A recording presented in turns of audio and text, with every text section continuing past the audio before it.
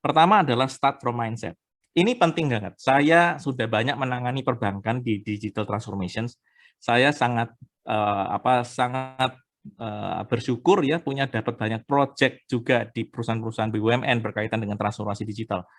Dan akhirnya saya menyadari bahwa perubahan teknik ya dari non digital ke digital ini memang perlu perubahan mindset.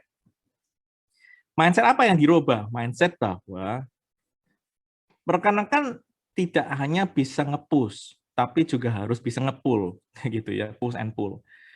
Tadinya pikirannya kalau nyari prospek itu dengan cara visitasi-visitasi biasa. Sekarang kamu sudah mulai harus memahami, menyadari bahwa 44% millennials itu tidak mau ketemu kamu secara face to face. Apalagi sejak pandemi ini.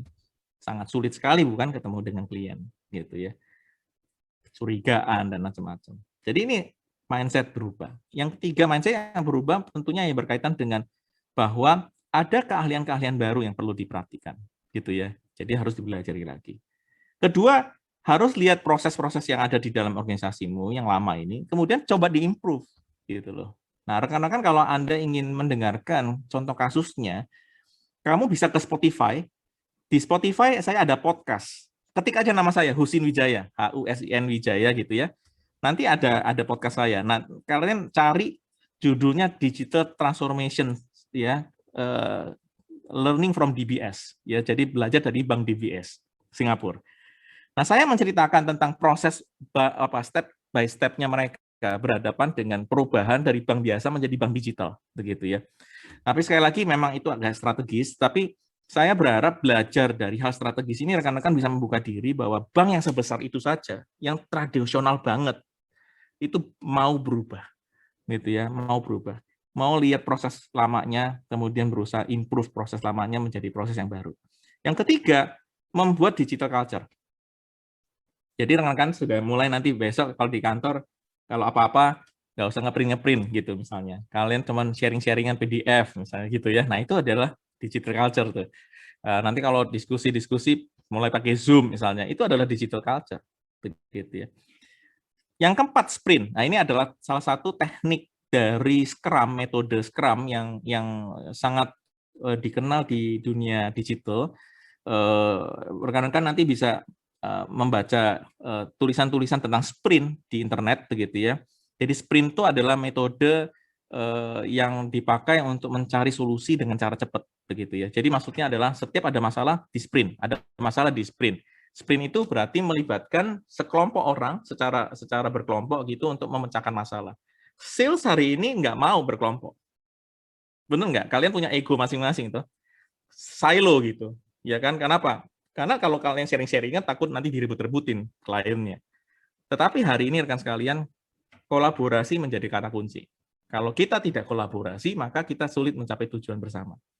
Saya barusan tadi IG Live, kalau Anda mau ke IG saya, ke Instagram saya juga, saya ada rekaman IG Live TV. Saya lagi buat seri judulnya Balada Seorang B2B Sales. Ya, silakan ikuti. Tadi siang setengah satu saya membahas mengenai pentingnya kolaborasi ya di dalam dunia sales.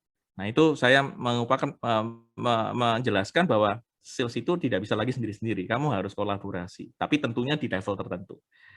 Yang kelima adalah ya cari teknologi yang bisa memaksimalkan itu ya pelanggannya ya, kemauan pelanggannya itu. Jadi jangan buat teknologi yang dilihat dari kita sendiri gitu ya. Kita harus lihat dari sisi si klien. Contoh, klien Anda ingin bertemu dengan Anda itu di Twitter misalnya. Ya, kenapa kamu tidak bikin customer service di Twitter? Begitu ya. Karena teknologi itu dipakai oleh customer kalian begitu. Nah, ini sesuatu yang selalu kita kembangkan agar teknologi itu tidak hanya milik kita, tapi juga milik konsumen sebenarnya gitu ya. Nah, ini yang terakhir yaitu saya ingin mengatakan bahwa digital marketing strategy yang ada di sini adalah kita berkaitan dengan konten connect customer community. Ya, jadi Anda harus tahu bahwa mata uang ya yang paling berharga sekarang di digital itu adalah konten. Kalian harus bisa nulis artikel, kalian harus bisa nulis status, Anda harus bikin desain-desain yang bagus. Ya gitu ya. Makanya sekarang kita semua lihat video, kita melihat poster-poster yang menarik, konten.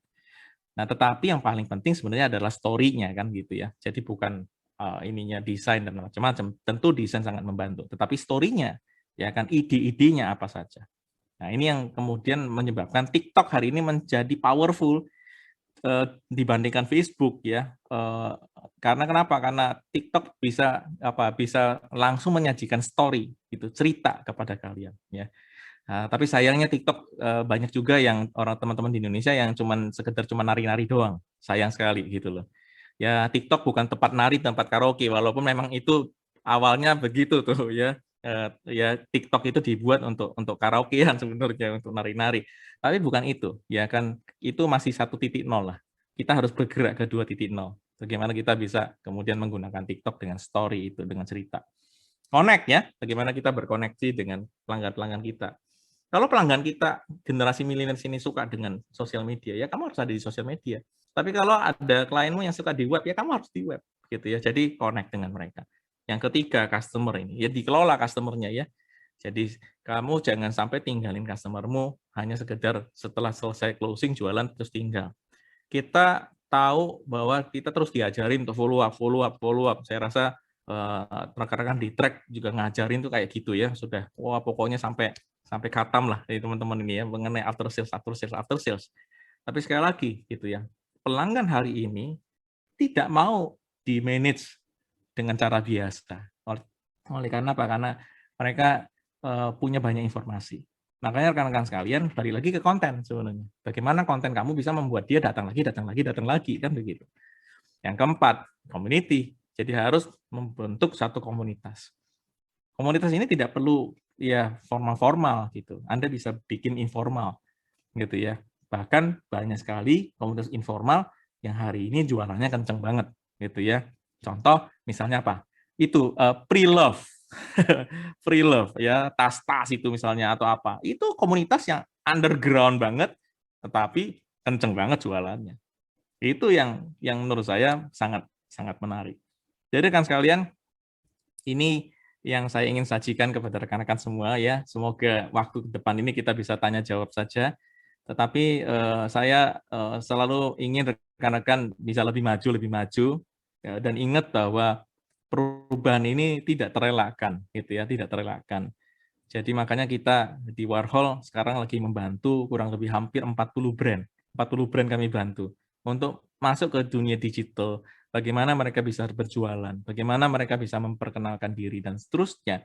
Dan saya secara pribadi membantu di strateginya, sehingga kita bareng-bareng nanti bisa ya bisa hadir ya di era-era digital dan bisa menangguk profit itu ya, agar kita bisa bisa survive di situ. Gitu ya. Jadi mudah-mudahan ini bagian yang terakhir yang saya bisa sajikan. Saya balikan lagi ke waktu ke moderator ya, nanti kita boleh tanya jawab.